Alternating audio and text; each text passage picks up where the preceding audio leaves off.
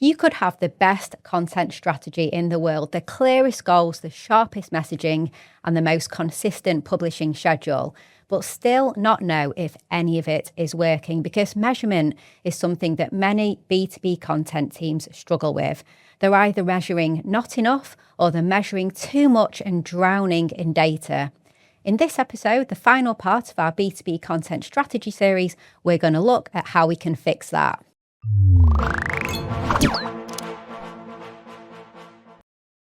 Hello and welcome to the Content 10x podcast. I'm your host, Amy Woods, and I'm delighted to share with you the 7th part of our B2B Content Strategy Series. Now, if you've been following along, we've been covering so much valuable content over the last 6 episodes.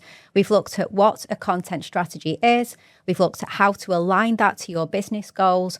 Also looked at your core messaging and your positioning, the channels and the formats, and also repurposing and distribution as well, one of my favourite topics. And now we're going to get to the part of looking at measurement and KPIs, which tells you whether your content strategy is actually working.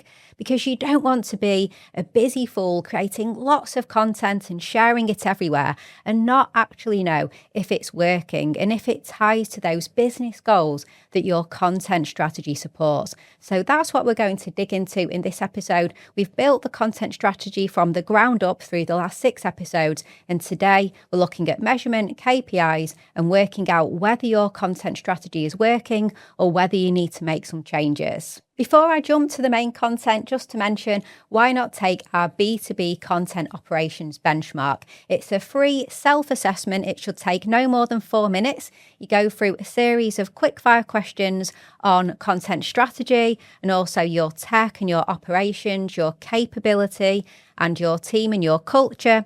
And then from that, you will get a personalised report to help you with your content strategy and operations. As I said, it should take no more than 4 minutes. So go to content10x.com/benchmark. Why not do that right now? Hit pause and then carry on with this episode of the Content 10x podcast. So as I said, this episode is about measurement and knowing whether your content strategy is working. So why is this important? Now, you could have created a fantastic content strategy and be really clear on your messaging and your channels and your formats and your audience and your competitor analysis and all of that. But if you don't have the piece where you look at how you're going to measure whether it's working, and as I mentioned earlier, you could be a busy fool. You could be creating so much content, but it does not make a difference in terms of the business outcomes that your content strategy supports. So why do we need it? Because we need to know that the content strategy is serving its purpose. So then the big question is, how do you know what you should be measuring as part of your content strategy? I'd like to refer you to episode 355 on the Content 10x podcast, which was part 2 of this B2B Content Strategy Series, because we looked at understanding your business goals and understanding how your content strategy supports those business goals. So that should give you a really good, clear idea of what you should be measuring to determine whether your content strategy is working, because it needs to be impacting upon the business goals that you support. So that's a key indicator. What are the key business goals? And therefore work out the metrics from your content strategy that are going to impact upon those business goals. So for example, let's say that your content strategy is to support the main business goal at the moment, which is to increase brand awareness.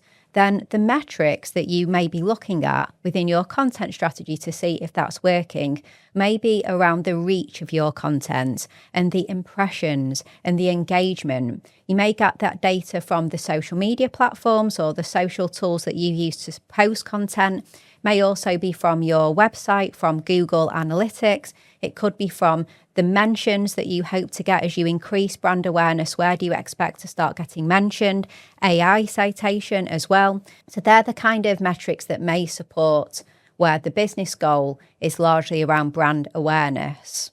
That's going to be quite different if the main business goal that your strategy supports is to get people through to the consideration phase. So to get your audience from awareness to consideration. In that case, the kind of metrics that you may be looking at could be things like increasing your email subscribers and then also looking at those email open rates. Or let's say that you run webinars, then looking at webinar attendance rates. Or let's say you have useful lead magnets and downloads on your website, then data could be looking at how many people are signing up for those and getting those resources. So all the actions that show people go from being aware of who you are to getting more into that consideration phase. Or maybe your content strategy is more in support of conversion. So in that case, you're looking at pipeline data and sales, and indicators there may be things like people booking in for demos, for example. So you have those lagging indicators, things like booking demos and the sales calls, etc. And then more leading indicators, which is the reach and the impressions and the content consumption. So when you're deciding what metrics are important, you want to be looking at, are you reaching the right audience? Are they engaging with your content? Are you sharing the content in the right format? So that will come through the engagement metrics if people are engaging with the right formats and on the right channels. And also, are people taking action off the back of that engagement as well? Another important thing to consider is there are going to be quantitative metrics, but also qualitative metrics as well. So quantitative will be more the hard, fast data. And then you've got the qualitative, which isn't always as easy to measure, but it's still really, really important. So make sure that you balance that quantitative and qualitative metrics and data. And then you also need to consider within that vanity metrics and value metrics as well. Don't get too focused on those vanity metrics. For example, perhaps you've got 10,000 impressions on a LinkedIn post, but that didn't really lead to anything. Yes, 10,000 people saw the post and maybe quite a lot of people engaged with it, but was it the right kind of people, and what was the engagement, and did anything meaningful actually happen from that, or was it just a vanity metric? Whereas perhaps you get less engagement and less impressions on a particular post, but what did happen was from that smaller number of people who did see that post and did engage, they went on and they booked sales calls or messaged you or booked in for a demo. So just make sure that you know that distinction between the vanity metrics that seem really nice, those nice big numbers, and actually the value metrics that truly make a difference. Value metrics are the ones that lead to outcomes. They tell you that you are creating content that is getting in front of the right audience, that the right people are engaging and taking action, and the value metrics directly impact upon the ultimate business objectives that your content strategy is supporting. And a really important way to test whether it's a vanity metric or a value metric is to look at, if that number goes up, does something important within the business that we care about, that the content strategy supports, also increase and go up at the same time? And then that will tell you that's a value metric and not a vanity metric. Now, can you measure too much? And the answer to that is you absolutely can. Now, just because something can be measured doesn't mean that you should measure it. You can end up drowning in so much information and so much data if you try to measure too much. But also on the other side of that, if something cannot be measured, that doesn't mean that you should not proceed on with it if it can't be measured or it's difficult to measure. Now, on my sister podcast, B2B Content Strategist, I had a great interview with Jason Widup in episode 18 of season 3. And he talked about exactly that, where he said that it is really important for marketers to not get bogged down with attribution. Now, he actually said that when he takes on new roles within companies as a marketing leader, he will explain to the CEO that he's supporting that they need to be comfortable with the fact that 50% of what he does, he will not be able to attribute data to. It will not be that easy to be measured. And it's really, really important that marketers are able to do that and able to have that freedom. Because if you only ever do what's measured, it's really going to restrict experimenting and trying new things. And it's simply the case that some things that cannot be easily measured are still very, very important and should still be a focus and a key part of your content strategy. So just because something can't be measured doesn't mean ignore it, but also just because something can be measured doesn't mean that you should focus on it as well. You need to get that balance right. And it's always been quite challenging to prove and measure the ROI of content marketing. It's a little bit different to other types of marketing like advertising, paid social, PPC.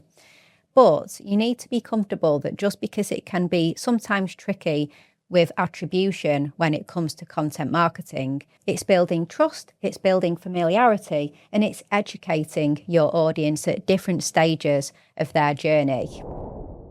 Now, throughout this content series, I've shared a house analogy where I talked about the content strategy being the blueprint to building a house. And then you have the plans, which is deciding, who's going to do what and when and cadence and things like that. And campaigns, which are short bursts of activity. So when we come to that house analogy and we're looking at measurement, let's say, for example, you're building a house and you've made a decision within that blueprint, the vision for your house, that it's going to be energy efficient. So the measurement and KPIs will be things like installing thermostats and seeing the warmth of the house and looking at how much it costs, looking at the energy bills and things like that to see how much it costs to heat the house. And perhaps you discover that there is a particular part of the house, a particular room that seems, say, colder than the rest of the house and you're struggling to heat it. That data there that shows you that the temperatures are down or that it's costing more to warm that section of the house, that's going to tell you to look into this. And that might be that you need to put in another radiator, or you need to put more insulation into the wall cavity, or maybe there's a draft that you need to fix. You're not going to go and knock the whole house down because there's an issue in a section of the house that hasn't managed to meet your vision of energy efficiency. You've got that data that you can look at that particular part and look at how you can fix that. And that's what's so good about measurement within a content strategy as well. If you spot that something isn't working, you don't have to rip up the whole content strategy. You need to just look at what tactical changes you could make. Perhaps it's to do with the content formats on that specific platform, or maybe it's your messaging, your positioning. You need to change something within that and then measure and see if those changes have made a difference. So in the same way that we wouldn't knock the house down if one part of the house isn't showing that energy efficiency that we're aiming for, we wouldn't rip up the content strategy if something isn't working. We have the data that we can make some changes and see if those changes are going to impact upon that data and get us back on track with what we want to achieve with our content strategy. And it's really important to just make the point here that we're talking about a content strategy. So you have to be patient when it comes to content marketing. Content marketing isn't a quick fix and you don't see immediate results from content specifically. So you have to be patient and you have to be consistent. So just bear that in mind when you are looking at this measurement and attribution, that patience is really key when it comes to content marketing.